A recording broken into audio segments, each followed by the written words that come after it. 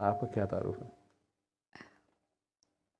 मेरा नाम सदफ़ है, फैसलाबाद से। इस अदीबा आपा के साथ। फैसलाबाद से कितनी सदफ आई हैं?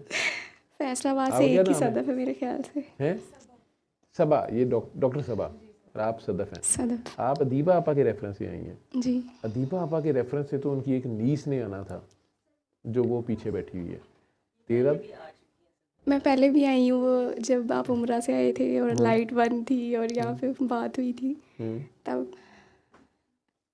तो क्यों आई है? मेरे पास शायद मुझे एक्सप्लेन नहीं करना आता। क्यों? मेरे पास यहाँ ना आने की कोई रीज़न नहीं है। मतलब अच्छा। यानी अ, अभी बात करते हुए मेरी शायद फीलिंग्स चेंज हो रही हैं, लेकिन कुछ दिन पहले तो मुझे लगता था कि अब मैं रो नहीं सकती। फिर मेरे दिल में एक ख्याल गुजरा कि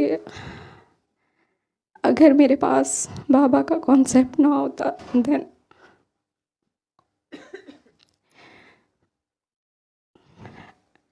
यहाँ आने वाले या आपको देखने वाले या जो आपसे बिलोस मोहब्बत करते हैं ना, उनको मेरे लफ्ज़ों की भी ज़रूरत नहीं है।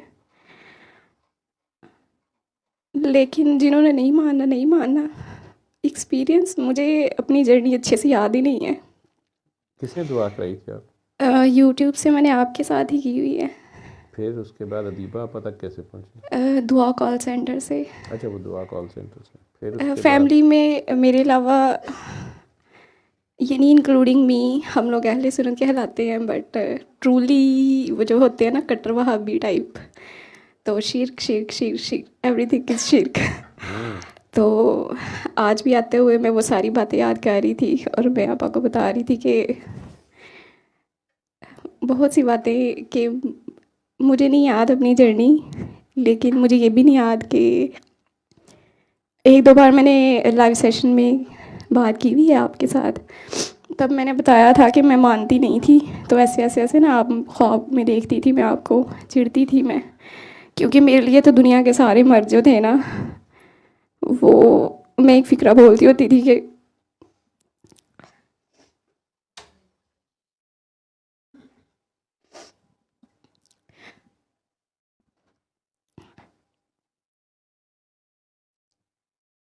मैं एक फ़िक्रा बोल दिया करती थी कि एक लाइन में खड़े करके ना इनको गोली मार देनी चाहिए। एक लाइन में खड़े करके सारे मर्दों को गोली मार देनी चाहिए। फिर आप खुला हो गए तो तुसी कलियां की करते हो? फिर एक टाइम आया कि अगर कोई चूहा निकल आता, कोई काकरोच आ जाता, तो फिर तुम लोग क्या करती? पहले जब मैं आपका दुआ सेशन सुनती थी ना, तो जो मजलूमियत वाली बातें होती थी ना, मुझे लगता था जो बाबा फेवर कर रहे हैं ना वो मुझे कर। पिछले कुछ दिनों से मुझे ऐसे लगता है कि मैंने कोई गुनाह नहीं छोड़ा, ऐसी कोई गलती नहीं है जो मैंने नहीं की। अब अपना आप जालिम लगता है। लेकिन आप मुझे बैठने देते हैं अपने पास, मुझे इस चीज़ की समझ नहीं आती।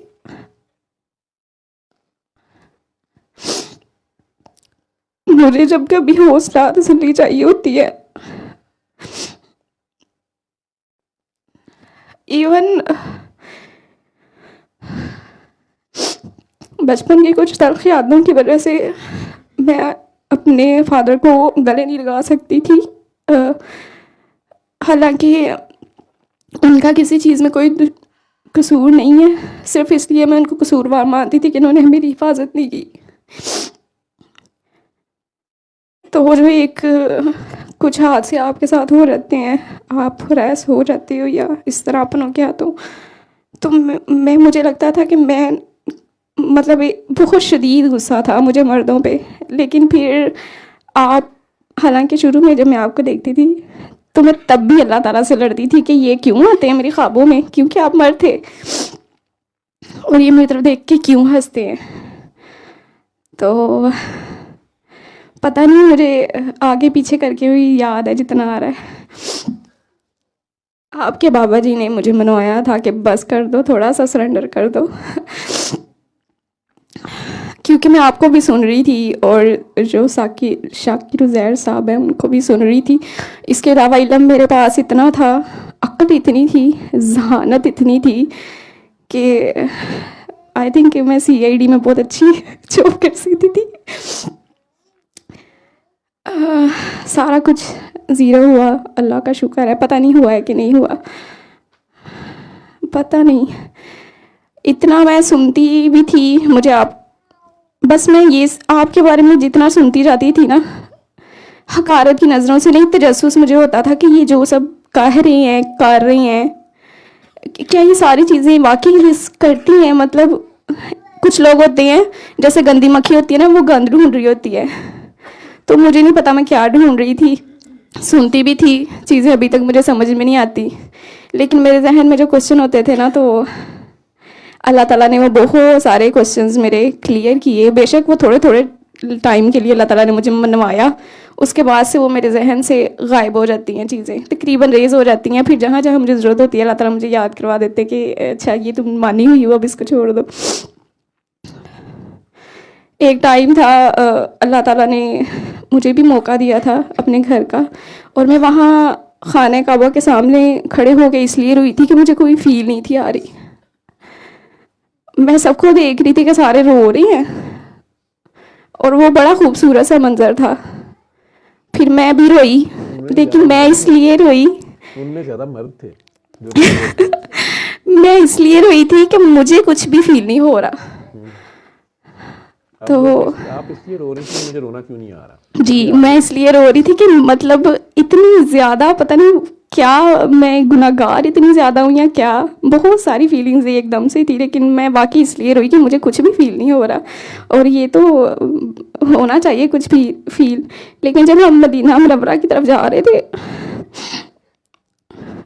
एक वो पता नहीं वो क्या फील थी कि सिर्फ गुम्बद खिज़रा का मीनार देखा था, और वाकई लगता था कि कोई एक ज़बरदस्ती वाला ना खूबसूरत सा एहसास है जो पूरे जिस्म में रूह तक को मेरी छू गया था। मैं वहाँ खड़े होके बस रोती रहती होती थी उधर।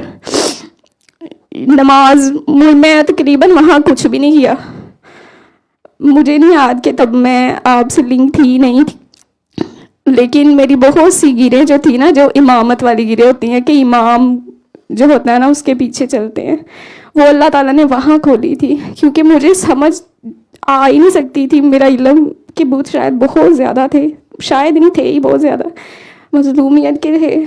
इसके अलावा नेकी पार्स आई, वो मैं देखता है, हमारे ख्याल देख रहा होता है।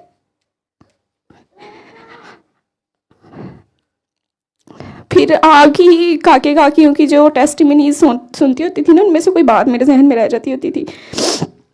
जब मैं आपसे बहुत ज़्यादा इंस्पायर होने लग गई थी, मुझे समझ नहीं थी आती थी मैं आपको क्यों इंस्पायर हो रही हूँ मैं आपसे, क्योंकि मुझे तो किसी मर्द को मानना ही नहीं था ना, कि कोई मर्द अच्छा भी हो सकता है, मुहाफिज भी हो सकता है, या कुछ भी।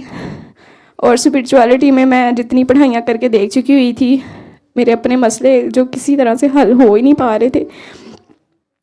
तो ज़िरवा काकी जी एक बार कोई किसी सेमिनार में जब नाच सुनाना चाह रही थी ना, उन्होंने शायद धमाल की थी, मुझे अच्छे से नहीं याद, उनका एक फ़िक्रा मुझे याद है, बाबा बहुत प्यारे हैं। तो ये फ़िक्रा मेरे अंदर गूंजता रहता था कि कितने प्यारे हैं, क्या मतलब है इसका, क्यों प्यारे हैं, बाबा क्यों कहती हैं इन्हें, सारे बाबा बाबा कहते हैं। तो मैं बाबा जी, वो बाबा जी और नजर नहीं मैं पहले आपको डॉक्टर साहब कहती थी, मुझे नहीं याद मैं क्यों थेरेपी बताना शुरू हुई, लेकिन मैं बताती थी।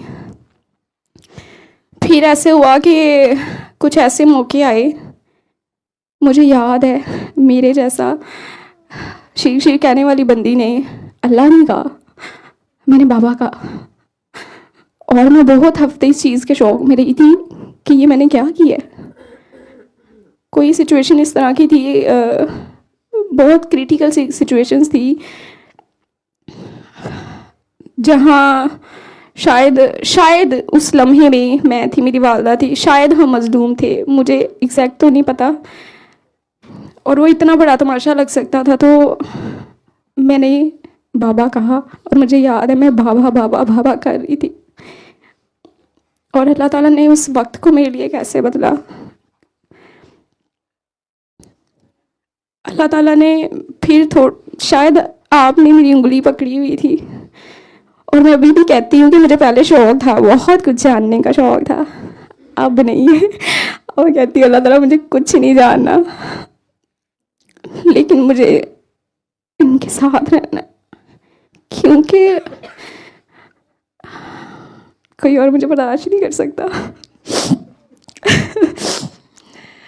तो मुझे प्यार आता है, लेकिन मुझे ये भी पता है मुझे किसी से प्यार होता नहीं है। शायद की चीज़ें आती हैं, तो इससे ज़्यादा मैं कर ही नहीं सकती। जब आप स्पेशली जब मैं यहाँ आपको दूसरी बार देखे, आप इतना प्यारा मुस्कुराते हैं ना, तो तब मेरा दिल करता है सारे रूल्स और रेगुलेशन छोड़ के घर में तो मैं माशाल्लाह भी नहीं कहती, यहाँ मेरा दिल कर रहा था मैं ला हौला वला कुव्वत इल्ला बिल्लाह पढ़ती रहूँ। मुझे ये तो पापा इतने प्यारे लग रहे हैं, तो इनको मेरी नज़र ना लग जाए। पता नहीं, मुझे याद नहीं है कि क्या कहना है। मस्जिद नबी में जहाँ कहती हूँ मेरे बूट टूटे थे और मामा की कॉन्सेप्ट की समझ आई थी, वो गेट नंबर 18-19 मुझे कुछ नहीं याद। मुझे इतना याद है कि मैं नमाज़ पढ़ रही होती थी तो मुझे ठंड लग रही होती थी, तो मुझे बस ये होता था मैंने गुंबद खिज़रा देखनी है। और मैं क्योंकि अपने भाई के साथ गई थी, उसने माशाल्लाह उसको ना मतलब गई मैं उसकी वजह से हूँ, उसकी वजह से मैं गई हूँ, ये उसका बड़ा एहसान है मेरे पे, अगर मैं अल्लाह मुझे तौफीक दे। लेकिन हम वहाँ भी लड़ते थे, मैं कहती थी मैं बार बार घर नहीं आ सकती, फासला बहुत ज़्यादा है। उसको कहता था नहीं चल लेते हैं, फ़ौरन निकला करो। मैं कहती थी हमें इतनी दूर से आना पड़ता है, गेट नंबर हमारा बहुत दूर है, तो तुम तो फ़ौरन से बाहर निकला। तो इस तरह करके ना छोटे छोटे झगड़े थे, जो छोटे नहीं थे हो रहे बड़े नहीं थे। तो बस मुझे ये था कि नमाज़ मेरी पूरी हो रही है नहीं हो रही, मैंने गुंबद खज़रा के सामने जाके बैठना है। फिर वहाँ जाके मैं कभी लेटती थी, कभी क्या करती थी, कभी मैं आंखें खोल के देखती थी, कभी मैं उल्टी लेट जाती थी। मैं कहती थी यहाँ तो मुझे कोई भी नहीं रोक रहा, मैं आपको ऐसे भी देख सकती हूँ। पता नहीं मैं वहाँ क्या बातें करती थी, डर नहीं था वहाँ पे।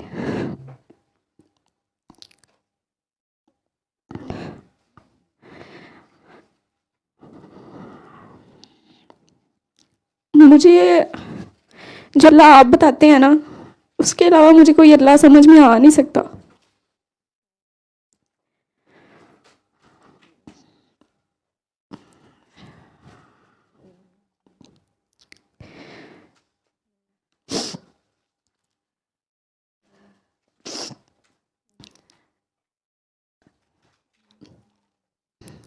मुझे फैमिली में से मैं ही इस चीज़ में थोड़ा सा इंटरेस्ट रखती हूँ।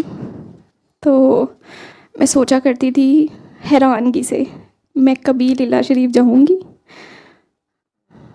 अल्लाह ताला मुझे ले गया,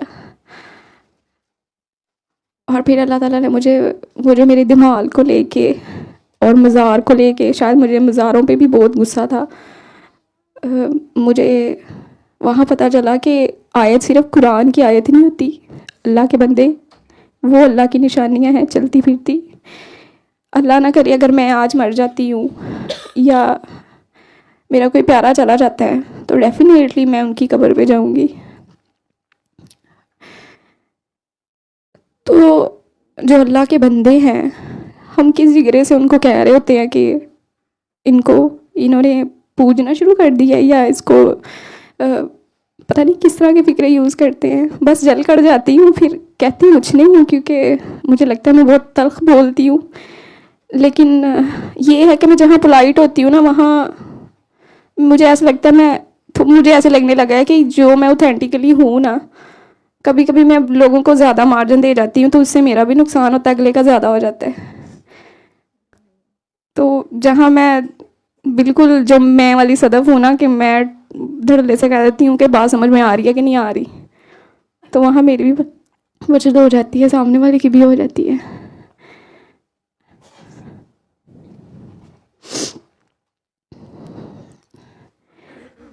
दुनिया में इतने लोग हैं, इतना कुछ कर रहे हैं, मैं सिर्फ एक इंसान हूँ। अगर मैं एक तरफ लग गई हूँ, ये मेरी होप है।